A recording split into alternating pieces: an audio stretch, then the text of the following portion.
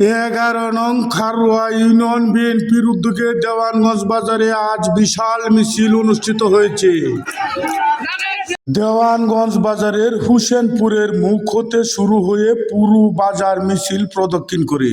মিছিলের নেতৃত্বে ছিলেন জনাব মিজানুর রহমান লিটন সাহেব, সিনিয়র যুগ্ম আহ্বায়ক, নান্দাইল উপজেলা বিএনপি। মিছিলে অংশগ্রহণ করেন খারোয়া ইউনিয়ন বিএনপি যুবদল ও ছাত্রদলের নেতৃবৃন্দ। মিছিল পুরো বাজার ঘুরে বাজারের পশ্চিম প্রান্তে আলোচনা সভা অনুষ্ঠিত হয়। বাজারে মিছিল করতে এসেছেন সেই বড় ভাই তুকুর ছাত্র নেতা, সাবেক যুবদলের নান্দাইল উপজেলা বিএনপির আহ্বায়ক এবং বর্তমান নান্দাইল বিএনপির আহ্বায়ক কমিটির সিনিয়র যুগ্ম আহ্বায়ক জনাব মিজানুর রহমান লিটন ভাই।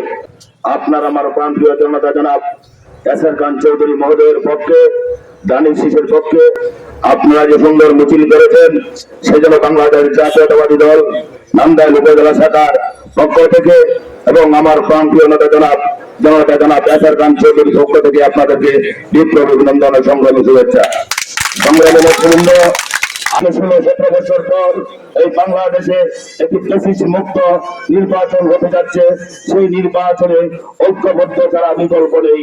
তাই আজকে যারা কার্যক্রমের সিদ্ধান্তের বাইরে আছেন, তাদের প্রতি আমার উদাত্ত আহ্বান থাকবে, আসুন আমরা সকলেই কাঁধে কাঁধ মিলিয়ে মিলেমিশে এই বাংলাদেশ জাতীয়তাবাদী দলকে শক্তিশালী করি এবং বাংলাদেশ জাতীয়তাবাদী দলকে রাষ্ট্রীয় ক্ষমতায় অধিষ্ঠিত করি এবং বাংলাদেশ নান্দাইলে দানের শীষের প্রার্থী জনতা জনাব এসআর খান চৌধুরীকে জয়যুক্ত করি।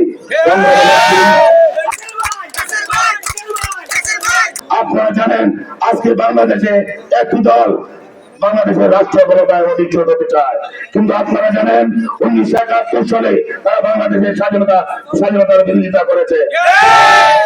আমাদের মসজিদ মাদ্রাসা, আমাদের ধর্মীয় উপাসনালয়, তারা এই মসজিদ মাদ্রাসাকে রাষ্ট্রীয় কার্যালয় হিসেবে পরিণত করতে চায়। আমরা সতর্ক থাকবেন। সংক্ষিপ্ত বক্তব্য রাখবেন বাংলাদেশ জাতীয়তাবাদী দল ময়মনসিংহ উত্তর জেলা শাখার সম্মানিত সদস্য এবং নান্দাইল উপজেলা বিএনপির সম্মানিত সদস্য মাওলানা কাজী আব্দুল সাত্তার সাহেব। আগামী দিনে যে দানের শীর্ষে নির্বাচন হতে যাচ্ছে, সেই নির্বাচনে এসআর খান চৌধুরী মহোদয়কে কিভাবে আমরা খারোয়া ইউনিয়ন থেকে ব্যাপক ভোটের মাধ্যমে ওনাকে বিজয়ী করতে পারি, সেই চিন্তা ভাবনা আমরা করতে হবে।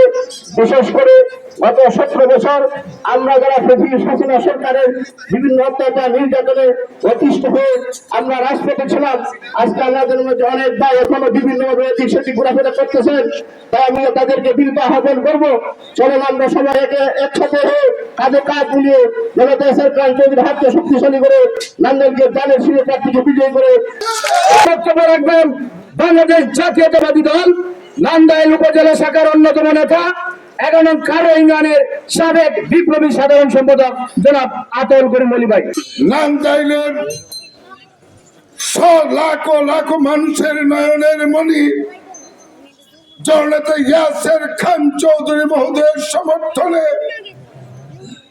আপনারা যে সুশৃঙ্খল মিছিলে দেওয়ানগঞ্জ বাজারে আপনারা করেছেন, তার জন্য আমি বিএনপির পক্ষ থেকে, জননেতা এসআর খান চৌধুরীর পক্ষ থেকে, খারোয়া ইউনিয়ন বিএনপির পক্ষ থেকে আপনাদেরকে আন্তরিক ধন্যবাদ ও অভিনন্দন জানাচ্ছি।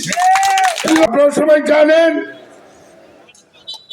এই বাংলাদেশ কেন উপমহাদেশের গণতন্ত্রের যে প্রবক্তা, যে মানুষটিকে স্বৈরাচার হাসিনা 17 বছর এই গণতন্ত্রকে নস্যাৎ করে দেওয়ার জন্য বিনা চিকিৎসায় তিলে তিলে হত্যা করতে চেয়েছিল, আজকে আপনার আমার সেই মহান নেত্রী দেশ নেত্রী বেগম খালেদা জিয়া রাজধানীর এবার জ্ঞান হাসপাতালে মৃত্যুর সাথে পাঞ্জা লড়ছে। আমার আমি আপনাদের সবার কাছে এই বাংলাদেশের সাবেক 3 বারের প্রধানমন্ত্রী বর্ষিয়ান বিপ্লবী নেত্রী বেগম খালেদা জিয়ার আশু রোগ মুক্তি কামনা করে আজকের এই মিছিলকে সার্থক করে তোলার জন্য নান্দাইল উপজেলা বিএনপির সিনিয়র যুগ্ম আহ্বায়ক বড় ভাই মিজানুর রহমান লিটন এসে আমাদেরকে যে উৎসাহ দিয়েছেন তার জন্য ভাইকে ধন্যবাদ জানিয়ে আগামী দিনে বক্তব্য প্রদান করেন কারওয়া ইউনিয়ন বিএনপির সাবেক উপদেষ্টা জনাব মেজবাউদ্দিন মাস্টার সাহেব। আপনাদের সকলকে উদাত্ত আহ্বান জানাচ্ছি যে যাই ভাবুক যা ইচ্ছা তাই কল্পনা করুক, এ কথা ধ্রুব সত্য। আগামী জাতীয় সংসদ নির্বাচনে এ নান্দাইল উপজেলা ইয়াসের খান চৌধুরীর কোনো বিকল্প নাই। সঞ্চালনার দায়িত্বে ছিলেন জনাব হাবিবুর রহমান মাস্টার, সদস্য নান্দাইল উপজেলা বিএনপি আহ্বায়ক কমিটি। জনাব তারেক রহমান জিন্দাবাদ।